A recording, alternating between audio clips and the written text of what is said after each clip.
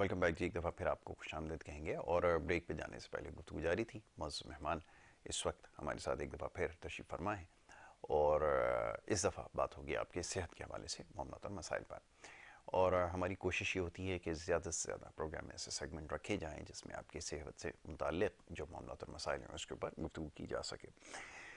मौजूद मेहमान का तारुफ़ करवाने से पहले चंद गुजारिशात हैं। वो इसलिए ज़रूरी हैं कि प्रोग्राम में बहुत सारे लोग अपने पैगाम भेजते हैं और लाइव कॉल के ज़रिए भी प्रोग्राम में शामिल होना चाहते हैं। ताहम जिन चीज़ों का ख्याल रखना ज़रूरी है वो ये कि जब भी आप प्रोग्राम में कॉल करें, कोशिश सबसे पहले ये होनी चाहिए कि आप टेलीफोन जिससे आपने कॉल मिलाई है आप उसी के ज़रिए हमारी भी आवाज़ सुनकर उस पर बात करें, जवाब दें। और उसके बाद टीवी के करीब जाके जब आप अपनी आवाज़ सुनने की कोशिश करते हैं तो सही तरह से आपसे फिर बात नहीं हो पाती, क्योंकि इसमें थोड़ी सी ताख़ीर होती है, उसके बाद फिर आपको आवाज़ पहुंचती है। तो इस चीज़ का ख्याल रखना ज़रूरी है। मुख्तसर बात करें ज़्यादा बेहतर है और इस सेगमेंट में सिर्फ सेहत के हवाले से ही मामलात और मसाइल के ऊपर गुफ्तगू होगी। तो कोशिश करें कि दीगर मामलात के ऊपर अगर आप बात करना चाहते हैं तो कम से कम इस सेगमेंट में जो है उस सिलसिले को मौकूफ़ किया जाएगा। फिर जब इंशाल्लाह आगे कभी मौका मिलेगा ज़रूर तो फिर इन मामलात पर गुफ्तगू की जा सकती है। मुअज़्ज़ज़ मेहमान हमारे सलमान सिद्दीकी साहब तशरीफ़ फरमाएँ, होम्यो फिजिशन हैं, कंसल्टेंट हैं और इसके अलावा दीगर मामलात पर भी बड़ी अच्छी गुफ्तगू करते हैं। ख़ास तौर पर इल्म जफ़र के हवाले से कुछ सवालात मौसूल हुए तो कोशिश करेंगे उस हवाले से भी आज उनसे गुफ्तगू कर लें। और इसके अलावा और बहुत सारे मामलात हैं। मैं फ़र्दन सवालात करूँगा। सबसे पहले मौजूद मेहमान को खुशामदीद कहता हूँ। बहुत शुक्रिया आपका, बड़ी नवाजिश सलमान सिद्दीकी साहब प्रोग्राम में हमें वक्त देने के लिए। सलमान सिद्दीकी साहब, बहुत बहुत बहुत शुक्रिया सारे यासिर, बहुत शुक्रिया सवालात आपकी मोहब्बतों का हैं। आपका इंतज़ार बहुत में। शुक्रिया कि आप तशरीफ़ लाते हैं। बहुत सारे सवालात आपके लिए मौसूल हो रहे हैं मुख्तलिफ़ हवालों से। तो हम एक मामला और मौजू ऐसा है जिसको आपने उठाया और उसके बाद उसके ऊपर जो है वो वजाहतों का एक तांता बन गया और ये ज़रूरी भी है, वक्त की ज़रूरत है। आप हमेशा होम्योपैथिक के दिफा के हवाले से और उसकी तरवीज के लिए काम करते रहे हैं। ये ज़रा फरमाइए कि किस तरफ जाता हुआ देख रहे हैं मामला अब जो सामने आए हैं, ख़ास तौर पर अद्वियाती कीमतों के हवाले से एक बड़ा संजीदा नौइयत का मामला और मसला है। कैसे देखते हैं कि इसके अंदर किस तरह इसमें बेहतरी लाने की गुंजाइश है या ज़रूरत है, ज़रा फरमाइएगा। औज़ुबिल्लाहि मिनश्शैतानिर्रजीम, बिस्मिल्लाहिर्रहमानिर्रहीम। इन्ना अतईना कल कौसर फसल्लि लिरब्बिका वनहर इन्ना शानियाका हुवल अब्तर। मैं शुक्रिया अदा करूँगा चैनल K20 न्यूज़ का कि उन्होंने मदऊ किया आज के दिन। और बहुत शुक्रिया कि होम्योपैथिक के लिए इस कदर बड़े इकदाम ये चैनल उठा रहा है। और साथ साथ मैं अपने प्यारे भाई मोहसिन का शुक्रगुजार हूँ बहुत कि शुक्रिया आपका। इन्होंने जिस तरह होम्योपैथिक को रिस्पेक्ट दिलाई है इस वक्त सोशल मीडिया के ज़रिए। तो ये भी एक बड़ा काम होता है। और अब तो मैं हर प्रोग्राम में तकरीबन ही कहता हूँ बस DHM साहब का रह गया सरकार। बिल्कुल तो हम तो कहते हैं कि आइए, और आप जैसे बिल्कुल ठीक बंदों है। की तो हमें वैसे भी ज़रूरत है जो इस चीज़ को समझते हैं और परखते हैं। और मैं समझता हूँ कि आप जैसे दो चार लोग अगर और आ गए तो होम्योपैथिक में सुधार यकीनन पैदा हो जाना इंशाल्लाह है। इंशाल्लाह। आपने बड़ा अच्छा सवाल किया कि होम्योपैथिक की कीमतों के हवाले से और जो इश्यूज़ हैं स्पेशली। मैं उससे पहले ये कहना चाहूँगा कि देखिए होम्योपैथिक जो है ना वो एक सहल इलाज है जो कि जब से इसकी दरियाफ्त हुई और अब तक के लिए यही इसके लिए इम्पॉर्टेंट है कि ये एक सस्ता इलाज है जी। और ये जेब पर भारी नहीं पड़ता और इसमें आसानियाँ बहुत ज़्यादा हैं। और अगर इसको बेहतर टाइम पर दुरुस्त वक्त पर इसका इंतखाब कर लिया जाए तो आप ये समझिए कि बंदा पेशेंट जो है वो एक नेगेटिविटी की तरफ से मनफी असरात से बहुत ज़्यादा महफूज हो जाता है और 100% उसके इम्कानात शिफा की तरफ जाने के हो जाते हैं। मगर बदकिस्मती से हमारे पास कुछ कंपनीज़ जो है बाहर की ऐसी हैं और कुछ मैं स्टोर्स की भी बात करूँगा कि जिन्होंने यहाँ पे उनको प्रमोट किया बड़े तरीके से और अभी भी कर रहे हैं। जिसका नतीजा लास्ट मेरी जो मैंने प्रोग्राम किया था उस प्रोग्राम में मैंने दो कंपनीज़ का बहुत क्लियरली नाम लिया था, जिसमें एक मैंने विल्मान शॉबे का नाम लिया था, दूसरा मैंने लर्निंग लेबॉर्ट्रीज फ्रांस का नाम लिया था। और फ्रांस का नाम इसलिए भी है कि फ्रांस बेसिकली आप समझते हैं कि किन हालात में हमारे साथ उसका नारवा सलूक जो है मुस्लिम भाइयों और बहनों के हवाले से वो किस तरीके से वो उस पर गए। तो एक तो वो मैटर हो गया, वो तो चले जाहिर सी बात है, वो तो उनका एक मैटर। लेकिन हम बात करते हैं अगर होम्योपैथिक की तरफ, तो होम्योपैथिक के लिए ये जो दो मुल्क हैं जिसमें फर्स्ट ऑफ वन जो है जर्मनी की दवा आ रही है, जिसमें विलमार शॉब हमारे पास आ रही है, जिसमें दूसरे नंबर पे फ्रांसीसी दवा है, लैनिंग लेबॉर्ट्रीज है। जी। मामला यहाँ पे ये है कि इन बाहर की दवाओं के आने से होम्योपैथिक में तरक्की ज़रूर हुई, होम्योपैथिक में नए रुझानात ज़रूर खुले, होम्योपैथिक में एक नए बाब का इजाफा तो हुआ, लेकिन उसके ज़रिए से ये हुआ कि जो नुकसानात होम्योपैथिक को पहुँचे महंगाई की सूरत में, और आम पेशेंट को जो परेशानी हुई और आम डॉक्टर को जो परेशानी, हम जैसे डॉक्टर को जो परेशानी, वो ये हुई कि जब हम इनकी दवा लिख के देते हैं तो वो काफ़ी एक्सपेंसिव है, और एक्सपेंसिव भी नहीं है, मिलती भी नहीं है, अक्सर शॉर्ट हो जाती है। और शॉर्ट करने वाले माशाल्लाह से हमारे जो स्टोर के मालिकान हैं, होम्योपैथिक स्टोर के मालिकान, वो इसको बहुत ज़्यादा जो है वो डम कर देते हैं, जिसकी वजह से, और सिर्फ किस लिए, सिर्फ इसलिए कि इसका जब कीमत बढ़ेगी तो हम इसको प्रॉपरली ज़्यादा पैसे करके बेचेंगे। चलिए डॉक्टर साहब, एक कॉलर हैं, शामिल किया जाए। जी ठीक है, पहले हमारी तो एनर्जी है जी कॉलर। अस्सलाम वालेकुम जी। अस्सलाम वालेकुम। अस्सलाम वालेकुम, कैसे हैं आप भाई? बिल्कुल ठीक ठाक, फरमाइए क्या पूछना चाहेंगी? जी, मैं डॉक्टर साहब से कुछ सवाल करना चाह रही थी रूहानी हवाले से, अगर आप इजाजत दें तो मैं कर सकती हूँ? बिल्कुल बिल्कुल कर सकती हैं। जी जी, अस्सलाम वालेकुम डॉक्टर साहब। वालेकुम अस्सलाम। डॉक्टर साहब, मैंने आपसे ये पूछना है कि जी आप प्लीज ये बताइएगा, ये जो कुरान पाक में सूरह मुज़म्मिल है और सूरह बकरा और सूरह यूसुफ, ये किन मकसद के लिए तीनों सूरतें पढ़ी जाती हैं, और अगर सूरह मुज़म्मिल कोई पढ़े तो उसकी क्या ज़कात होती है? प्लीज ये जरूर जवाब दीजिएगा। बहुत अच्छा सवाल है माशाल्लाह, बिल्कुल मैं आपको इसका अभी आपको बहुत सहल तरीके से जवाब दूंगा कि आपको जो बात समझ में आ जाए।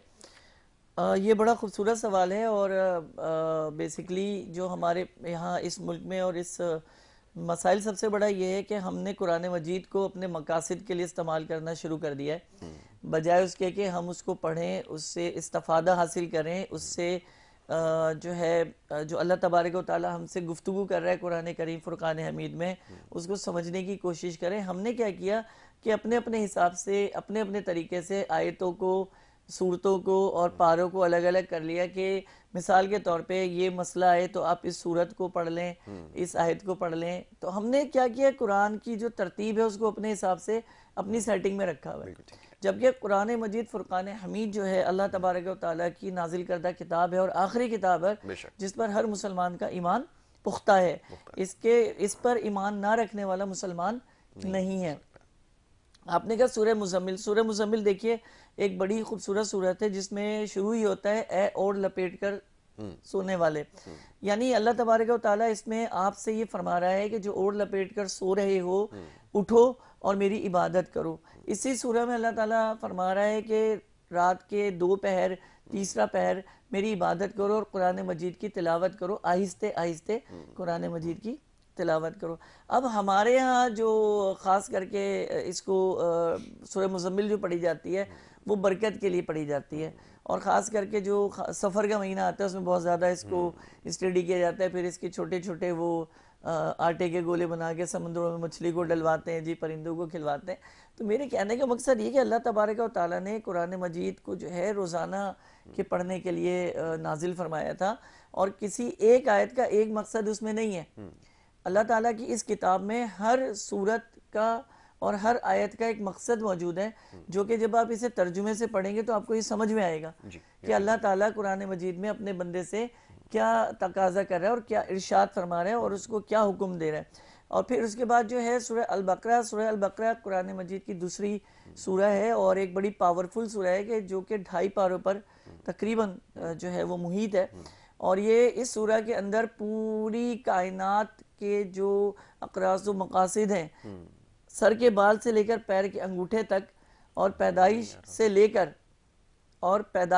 लेकर मर जाने तक के, और शादी से लेकर जो है बच्चे की पैदाइश, औलाद की पैदाइश तक, यानी हत्ता कि कोई ऐसा मामला मौजूद है जो इस ज़मीन पे, इस कायनात पे, उस तमाम का जिक्र इस सूरह में बड़े तरीके से किया गया और बहुत अच्छे से समझाने की कोशिश की है परवरदिगार आलम ने कि मेरे बंदे के को अच्छी समझ आ जाए, वो इससे कुछ हासिल कर सके और इससे सबसे पहले नसीहत हासिल करें।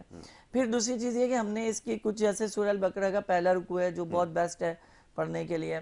इसके बाद इसकी आखिरी जो 2 आयतें हैं जो हम पढ़ते हैं जो है वो असरात वगैरह के लिए, जिन के लिए, जिन्नात के लिए, उनके असरात को ख़त्म करने के लिए भी स्टडी की जाती है।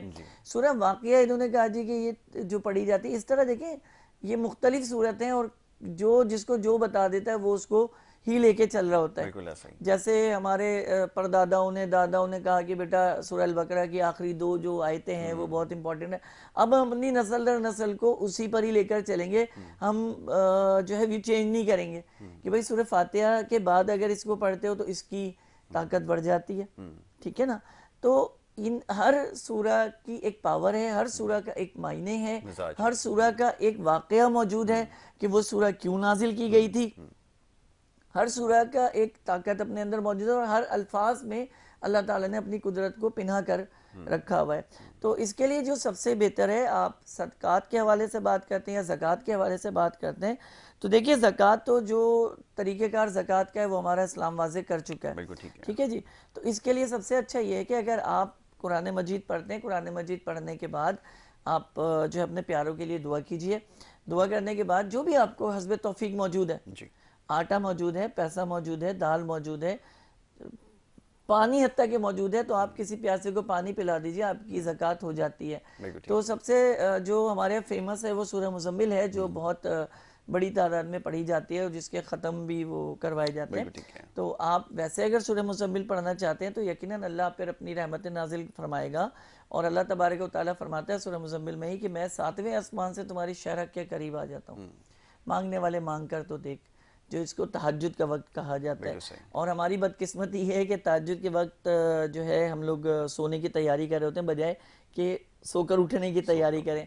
और ये नासूर जो हमारे सबके साथ मोबाइल का है, हम इसको जो है मुसलसल अपनी ज़िंदगी का एक हिस्सा बनाकर बैठ गए, और जिसकी वजह से हमारी इबादत में बड़ा खलल पैदा होता है और हमारे गुनाहों में प्रॉपरली जो इजाफा होता चला जा रहा है। ये भी अल्लाह का शुक्र अदा करें कि एक नेकी पर उसने 10% सवाब रखा हुआ है। जी बिल्कुल सही। एक अच्छे काम पर 10 नेकी मिलती है। आप एक बुरा काम करते हैं, वो उसका आपको एक ही बुरा का जो है अजर वो मिलता है। लेकिन देखें अल्लाह की कुदरत कि वो आप अगर बुराई सोच रहे हैं, वो सोचने की हद तक का गुनाह नहीं है, लेकिन अगर आप उसे कर गुजरे तो वो गुनाह एक शुमार किया जाए। लेकिन नेकी का अगर सोच भी लिया बहुत खूब, तो अल्लाह ताला आपको अता कर रहे हैं। तो अल्लाह तबारक व तआला ने आपको कदम कदम पर ये आसानियाँ पैदा फरमाई हैं। और आप जहाँ तक ज़कात की बात कर रहे हैं, सबसे अच्छी बात ये, कोई भी खाने की चीज़ जो बेज़बान परिंदा खा ले, बेज़बान जानवर खा ले, ज़बान वाला इंसान खा ले, इंसानियत के नाते सदके दिल से अल्लाह के राह में नज़र कीजिए, वो आपकी ज़कात कबूल होगी। बिल्कुल ठीक है। तो ज़कात का मामला तो जैसे भी इन्होंने कहा कि उसके बारे में तो एक वाज़ेह हुक्म मौजूद है सदक़ात की शक्ल में, अगर आप ये रास्ता इख्तियार करें तो बेहतर होगा।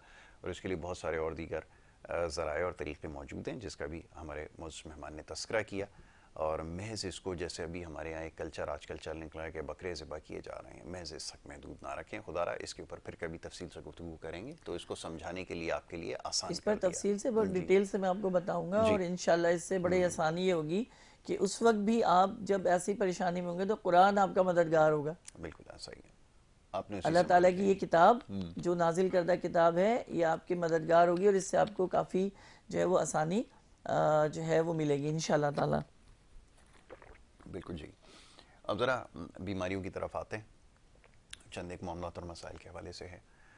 ये जो किडनी और दीगर जो हमारे वाइटल ऑर्गन्स हैं, इसके बेहतरी के लिए, इसकी इस्लाह के लिए क्या किया जा सकता है? क्या आपके ख्याल में अद्वियात ही इसका वाहिद हल हैं? और अगर हैं तो कैसे इसका इस्तेमाल मुमकिन है? क्योंकि इससे जुड़े बहुत सारे मसाइल, ख़ास तौर पे जो किडनी से रिलेटेड मामला हैं, वो बहुत सारा सरफेस हो रहा है। मैं चाहूँगा ज़रा इसके ऊपर गुफ्तगू। यासी ये बड़ा अच्छा सवाल है। और हमारे यहाँ इस वक्त जो मसाइल चल रहे हैं वो गुर्दे के हवाले से मसाइल, रीनल फेलियर जो है वो बहुत ज़्यादा जो है वो चल रहा है और हर चौथे से 8वें बंदे को ये मसाइल मौजूद हैं। इसका सबसे बड़ा मसला ये है कि पानी का कम इस्तेमाल और कोल्ड ड्रिंक का ज़्यादा इस्तेमाल। आप के जिस्म में पानी की 72% की ज़रूरत होती है, जिसको हम ऑलरेडी पूरा करते ही नहीं किसी भी सूरत कि हम बड़े से बड़ा और अच्छे से अच्छा भी हम कोशिश कर लें तो हम 6 गिलास तक को पानी को अवेल कर सकते हैं पूरे दिन में, जबकि ज़रूरत हमारे पास 8 से 10 गिलास की होती है जो हम बिल्कुल भी इस्तेमाल नहीं कर रहे होते।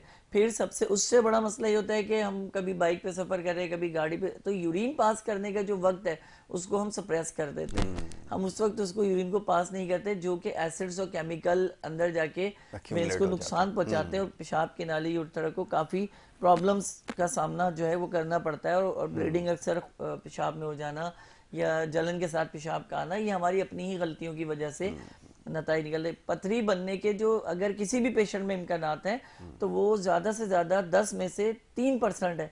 बाकी 7% की पथरी जो बन रही है वो हमारी अपनी कोताहियों और गलतियों से और बेवकूफ़ियों से बन रही होती है।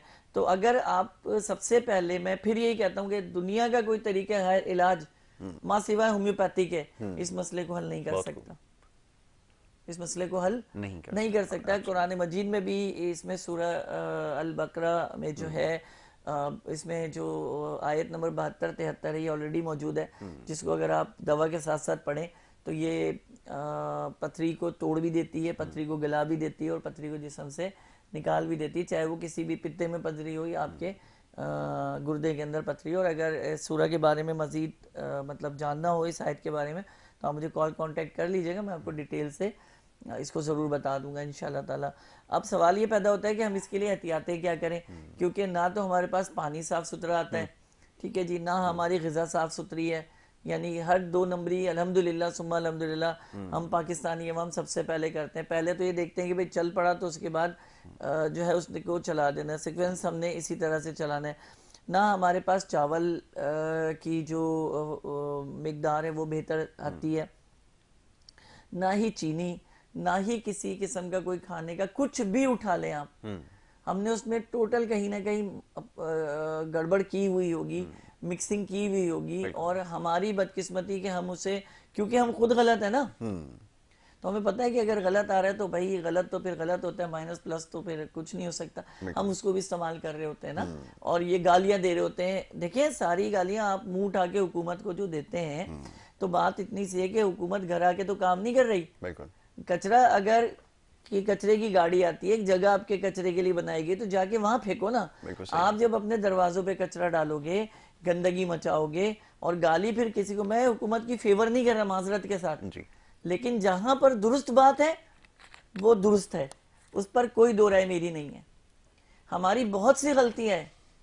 आप बड़ी एक बात यार, आप घर से बाहर निकलते हैं, एक छोटा सा खड्डा अगर है तो आप इंतजार करते हैं कि गवर्नमेंट की गाड़ी आए तो उसे भरे, तो उसे, अरे भाई 4 बंदे मिलकर उसको भर के सीमेंट बजरी करा के इसको पूरा कर सकते हो, तो क्यों नहीं कर सकते? डॉक्टर साहब कॉलर एक और हैं नारोवाल से, शामिल किया जाए। क्यों नहीं शामिल? अस्सलाम वालेकुम। अस्सलाम वालेकुम जी वालेकुम अस्सलाम, फरमाइए क्या पूछना चाहेंगे? यासिर भाई कहते हैं, कमर बात कर रहा हूँ नारोवाल से। जी जी जरूर समझ, मैं बिल्कुल ठीक ठाक हूँ, आप सवाल पूछिए। माशाल्लाह से आपका प्रोग्राम बहुत अच्छा चल रहा है, बहुत अच्छा चल रहा है और हम डेली देखते हैं इसको। थैंक यू बहुत शुक्रिया आपका सवाल। यासिर भाई मुझे जो है ना वो पित्ते में पथरी है उसके बारे में थोड़ा पूछना था। अभी डॉक्टर साहब से इस बारे में बात करते हैं। थैंक यू भाई, जी जी। अच्छा, मर्दों में पित्ते की पथरी का रुझान काफ़ी कम पाया जाता है, औरतों के औरतों में ये ज़्यादा है। अच्छा, पित्ते की पथरी के मुख्तलिफ इम्कानात होते हैं। इसका सबसे बड़ा जो नुकसान और ये पित्ते की पथरी बनने की वजह होती है वो आपको कब्ज़ की शिकायत होती है, क्योंकि इसकी वजह से शदीद बोझ आंतों के ऊपर जब पड़ता है तो आंतें जो है वो इसको प्रेशर करती हैं और वो लीवर फंक्शन को काफ़ी मुतासिर करना शुरू कर देते हैं, जिससे, और लीवर के जाहिर सी बात है मेरे राइट हैंड पे फौरी तौर पे पित्ते की वो थैली ऑलरेडी मौजूद होती है, जिससे जिगर प्रेस जब करना शुरू करता है तो वो जो बाइल डक्ट जिसने निकलना होता है और जिसने शामिल होना होता है खाने को हजम करने के लिए, वो हमारे पित्ते से यानी गॉल ब्लैडर से नहीं निकल रहा होता, ठीक है ना। अब मसला ये, तो मैं इंग्लिश उर्दू इसलिए बोलता हूँ, मेरे भाई के बहुत से लोग इस चीज़ को कहते हैं कि यार आप तो एक डॉक्टर हैं और आप लफ्ज़ पित्ता इस्तेमाल करते हैं, तो मेरे भाई पहले प्रायोरिटी जो है ना वो उर्दू है, क्योंकि ये हमारी मादरी ज़बान है, तो इसमें समझाने में ज़रा आसानी रहती है, लोगों को समझ भी आ जाता है।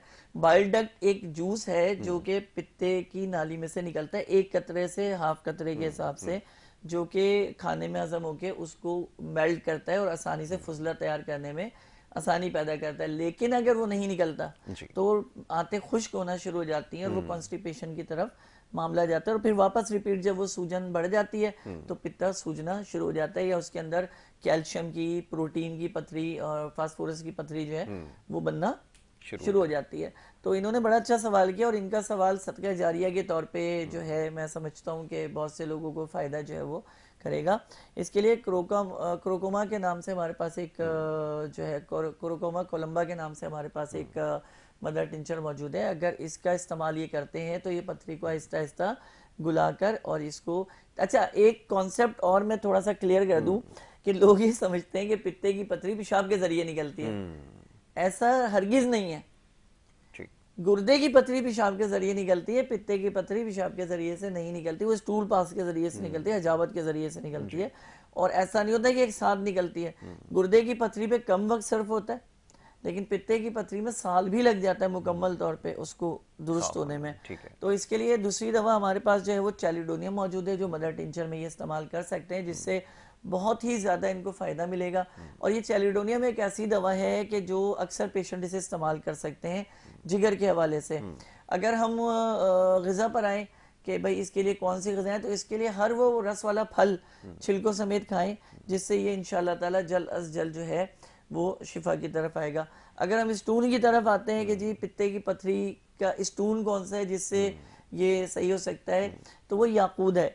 और याकूत जो है वो लाल कलर का है, तो उसमें हीट का एक इम्कान होता है। उसमें बीटा रेज बहुत ज़्यादा हीट कर रही होती है, जब सूरज की शॉस पे पड़ती है तो वो अंदर एक जो हीट पैदा करती है, यही हीट आपके सर्कुलेशन में मूव करते हुए जाए मकाम तक पहुंचने के बाद बहुत ज़्यादा फ़ायदा फराम करते हैं। याकूत सुर्ख आप इस्तेमाल कर सकते हैं, जिसको लाल भी हम आम लफ्ज़ों में कहते हैं, शाइनी रेड कलर का स्टोन होता है। और याकूत की सबसे बेहतरीन पहचान ये है कि जब हम इसे रोशनी में देखते हैं तो इसके अंदर बाल हमें शो होते हैं, यानी कि रूट्स इसमें नजर आती हैं। ये जेनियन की पहचान है कि जेनियन में ऊपर से चमक जरूर होगी लेकिन अंदर से वो धुंधला होगा। तो ये बड़ी मैं पहचान आपको बता रहा हूँ, ताकि कभी भी आप खरीदें तो आपको एक चीज़ ये पता हो, हाँ भाई हमने जो है सही चीज़ खरीदी है। और चैलिडोनियम मदर टिंचर में इस्तेमाल करें, क्रोकोमा लोम्बा जो है वो इसका मदर टिंचर इस्तेमाल करें। इन दोनों के 10-10 कतरे सुबह, 10-10 कतरे दोपहर और 10-10 कतरे रात, आधे गिलास पानी में पिएं। और पानी नीम गर्म होना चाहिए। और प्रॉपरली जो ग़िज़ा में जो चीज़ इन्होंने छोड़नी है वो सबसे पहले मुर्गी का इस्तेमाल बंद कर दें, टोटल बंद कर दें। इसका शोरबा, उसके चावल, रोस्ट, ब्रोस्ट, पिज़्ज़ा, XYZ जो भी जो है आप उसे बंद करें। फिर उसके बाद कोल्ड ड्रिंक जो पाकिस्तानी है वो भी, और जो यहूदी कंपनी है आप उसे भी क्लोज करें। तीसरे नंबर पे कच्चा नमक, ठीक है जी, जो कि हम ऊपर से अक्सर छिड़क कर अपने खानों में इस्तेमाल करते हैं, सबसे पहले उसको बंद करें। जो खाने में नमक है आप उसे इस्तेमाल करें, उसके बाद कोई भी नमक इस्तेमाल ना करें। बाकी आपका जो मन करे खाए पिए, एतदाल से खाएंगे, पेट में ठूसेंगे नहीं, बिल्कुल ठीक है, तो सब सही रहेगा। हमारे यहाँ तो ये है कि भाई आज खा लो फिर का क्या पता, लेकिन जितनी उसने लिख दी है ना, देखिए आपने देखा होगा अक्सर लोगों, बसरखोर लोग देखे होंगे आपने कि जिनका हौका है खाने का ना, वो खाने के लिए जिंदा रहते हैं। आप उनकी जिंदगी का लाश देखें, उनको खाने को नहीं होता, इसलिए कि अल्लाह ने जो लिखा है तुम्हारी किस्मत का रिस्क, बिल्कुल सही, वो तुम खा चुके होते हो। तो जब तुम खा चुके हो तो तुम्हारा हिसाब क्लियर हो गया। एक चीज मैं बताना चाहूंगा, हम अक्सर जब शादी में जाते हैं, अब आप ये समझ रहे होंगे मैं वो लेक्चर दूंगा कि खाना ज़ाया करते हैं, मैं ऐसी बात ही नहीं कर रहा ना। मैं आपसे बड़ी एक ऐसी लॉजिकल बात कर रहा हूँ कि अगर आपको समझ आ गई तो आज के बाद से आप प्लेट में खाना नहीं छोड़ेंगे। अब आपने क्या किया जी, शादी में गए, खाना खुल गया, जिस भी तरह से आपने खाना लिया, आपने क्या किया, खाने में आपने फुल प्लेट भर ली, जिसमें से आपने 2 बोटी खानी है या थोड़ा सा सालन खाना। पूरी प्लेट में जो सालन ज़ाया हुआ है वो आपकी किस्मत का सालन था, जो आपके रिस्क से ख़त्म हो गया। तो आप ये सोचिए कि किस तरह आप अपने रिस्क को बर्बाद कर रहे हैं। तो आप उतना लीजिए जितना आपने खाना है, प्लेट को साफ कीजिए और अल्लाह का शुक्र अदा कीजिए, ताकि आपका रिस्क महफूज रहे और आपकी उम्र तवील हो। बात है। एक छोटी सी ब्रेक के लिए कहा जा रहा है, एक छोटी सी ब्रेक लेते हैं। ब्रेक के बाद जब वापस आएंगे तो गुफ्तगू के सिलसिले को जारी रखेंगे। आप देखते रहिए हमारा प्रोग्राम।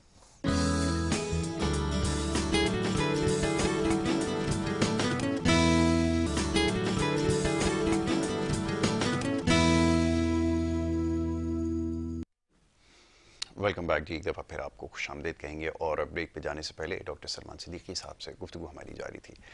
सलमान साहब, कुछ देर पहले आपने बड़ी तफसील से गुफ्तगू की मुख्तलिफ अद्वियात के हवाले से। मैं चाहूँगा ज़रा सिलसिले को मज़ीद आगे बढ़ाया जाए, और जब अद्वियात के ऊपर या तरीक़ा इलाज के ऊपर लोगों का एतमाद बहाल हो ही गया तो फिर ये जो बढ़ती कीमतें हैं, इसकी वजह से अब लोग दूर होते जा रहे हैं, कैसे उनको कायल किया जाएगा?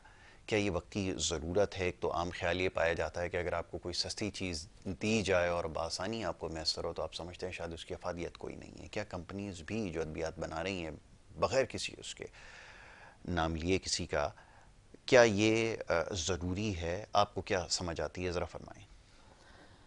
यासिर, मैं समझता हूँ कि ये आपका जो सवाल मतलब महंगाई के हवाले से, तो अगर मैं बात करूँ तो महंगाई के हवाले से तो लामहला बात है कि हर शख्स मुतासिर है, ठीक है। और ख़ास करके एक आम आदमी का मुतासिर होना और एक मरीज़ का मुतासिर होना में बहुत ही ज़्यादा फ़र्क है। अब जाहिर सी बात है, ये जो बाहर से कंपनी आई है, ये जिसमें विल्मार शॉबे मौजूद है, जो जर्मनी की एक बहुत बड़े पैमाने पाकिस्तान में पूरी दुनिया के अंदर इसका काम कर रही है, या लाइनिंग लेबॉर्ट्रीज है जो पाकिस्तान के अलावा पूरी दुनिया में काम कर रही है, जिनकी प्रोडक्ट रेक्सोरूबिया के अगर हम हवाले से बात करें तो रेक्सोरूबिया एक वक्त हमने भी 3 साल इस पर काम किया है, कोई कम काम नहीं किया, लेकिन उस वक्त तक क्या था, वो रेंजेबल था, अफोर्डेबल था, हमने काम किया। अब अफोर्डेबल नहीं है, हम इस बात पे ना तो हम उसकी बुराई कर रहे हैं कि वो अच्छा नहीं है, हम ये कह रहे हैं कि आप उसको नीचे लेकर आओ कि एक आम बंदा उसे दोबारा इस्तेमाल कर सके।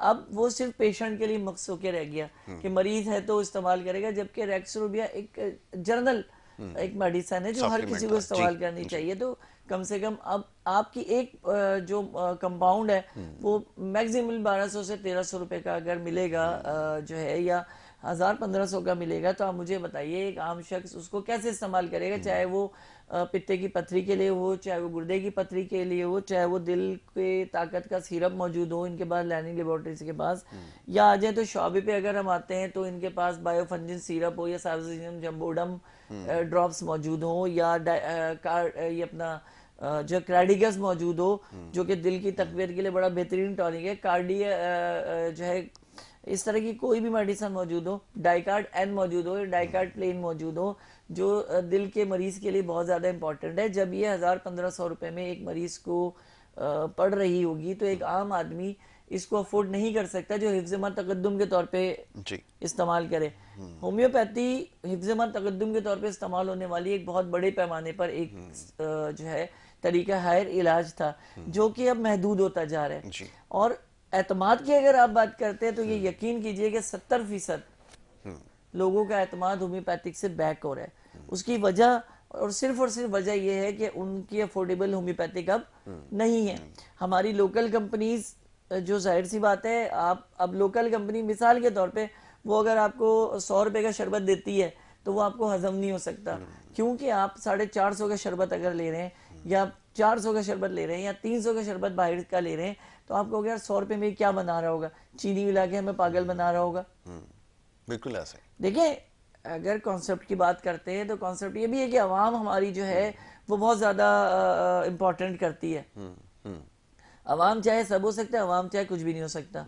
अब जब पेशेंट इसको जहन में आ जाए कि क्या इससे कोई अच्छी, कोई इससे बेहतर नहीं है जो हमें मिल सके, तो फिर हम आते हैं अपर लेवल पे, यानी कि हम फिर बाहर की दवाओं को प्रमोट करते हैं। यानी कि जैसे बाहर की दोनों कंपनियां हो गई और दूसरी कंपनीज बाहर की हो गई, वो क्या कहते हैं, हम फिर पेशेंट को कहते हैं यार ये इतने की है, तो वो मरीज के ऊपर एक नफ्सियाती असर पड़ता है कि ये महंगी दवा है तो ये काम करेगी।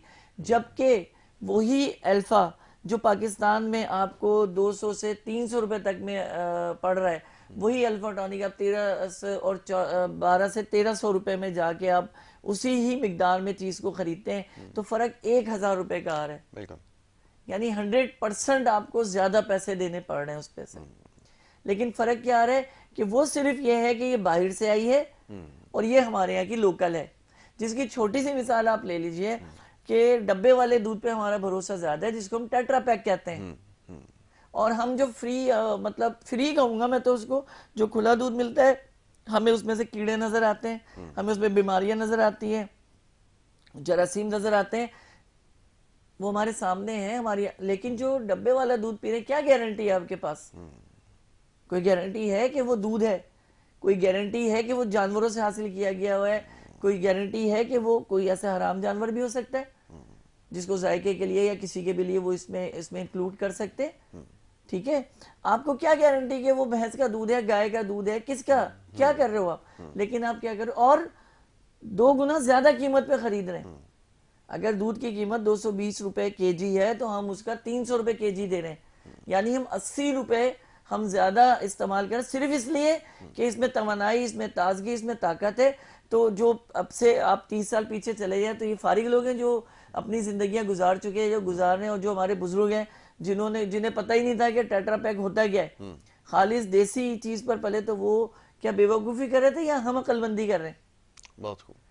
इसी तरह से होम्योपैथिक का भी यही कुछ हाल हो गया है कि हम अपनी लोकल कंपनीज पर हाथ नहीं रखते।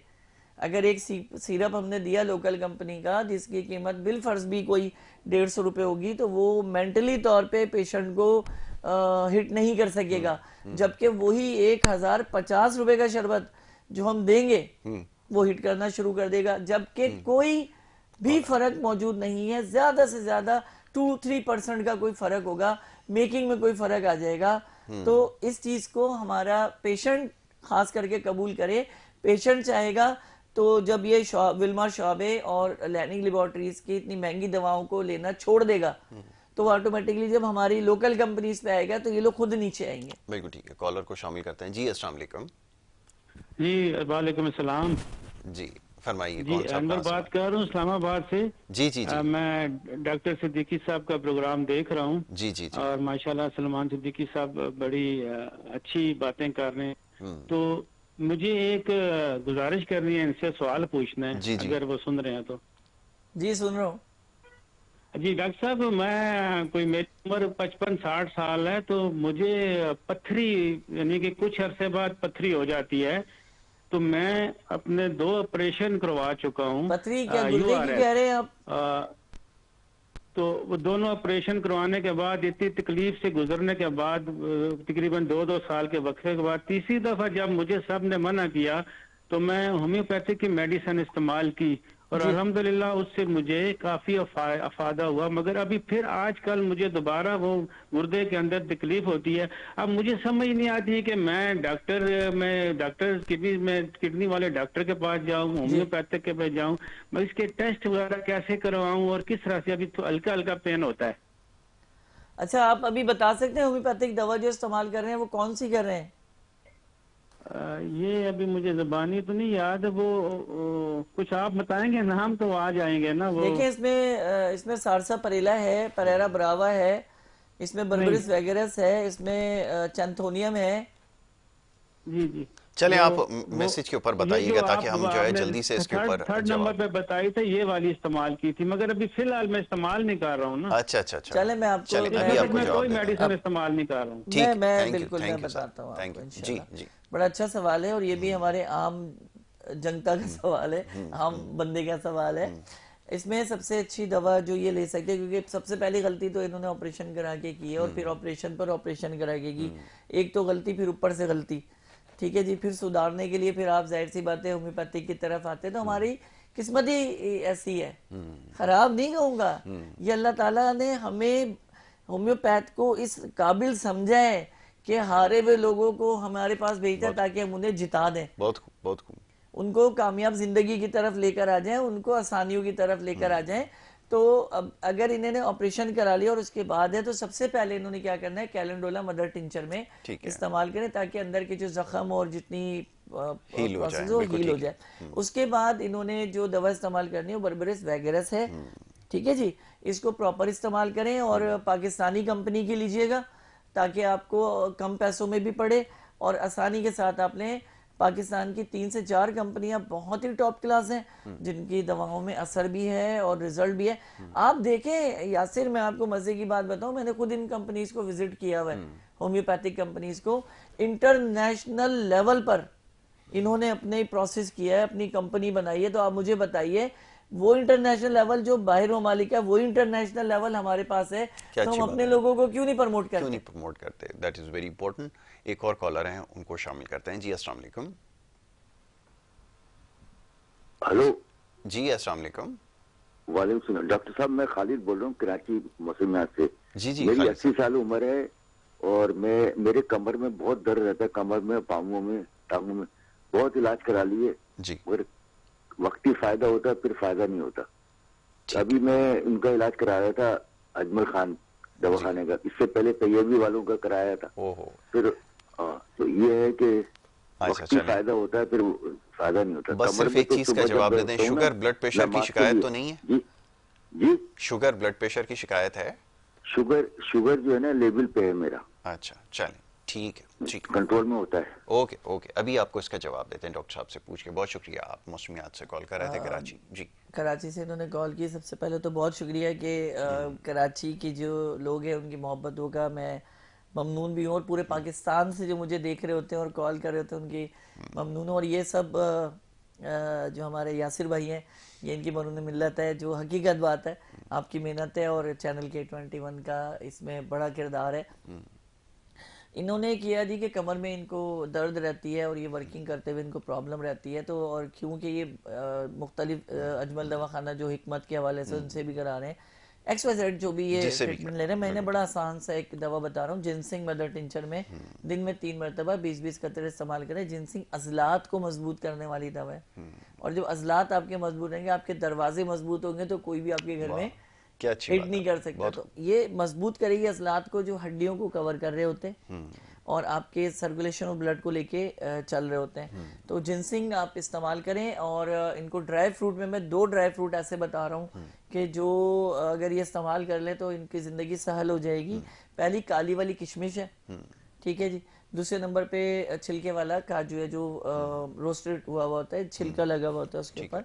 अगर इन दोनों को मिलाकर कोई 20 ग्राम की मिकदार ये सुबह निहार मुंह खा लें, सुबह नहीं ले सकते तो रात को सोते हुए ले लें और जिंदगी का हिस्सा बना लें, तो यकीनन इनको इस मामले में 99.9% बेहतरी आएगी। सूप में वेजिटेबल सूप्स यानी छिलकों का जो सूप है, चाहे वो आलू के छिलके हो, लौकी के छिलके हो, बैगन के छिलके हो, कोई सा भी उसका सूप अगर ये पीते हैं नाश्ते के या खाने के, रात खाने के 1 घंटे के बाद, तो इनको ये जो दर्दों में है बहुत ज़्यादा आराम आएगा। और रात को सोने से पहले ये अपने पाँव की टिकोर करके, यानी कि नीम गर्म पानी में पैर को 10 से 15 मिनट रख के कोई से भी तेल मसाज करके गर्म पट्टी बांधें और रेस्ट करें।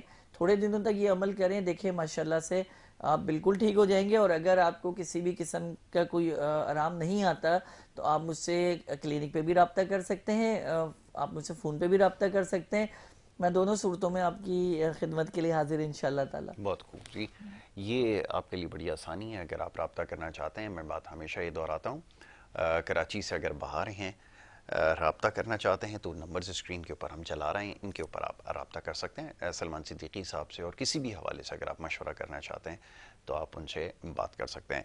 सलमान सिद्दीकी साहब, अब वक्त हमारे पास ख़त्म हो गया, सवालात बहुत सारे हैं। एक चीज़ की निशानदेही मैं चाहता हूँ आप खुद कर दें कि जो अगली हमारी नशिस्त है, अभी जो प्रोग्राम से पहले ही हमने इसको तय कर लिया था कि हम इसके ऊपर बात करेंगे, उसके बारे में ज़रा मुख्तसरन बता दें इख्तिताम पे।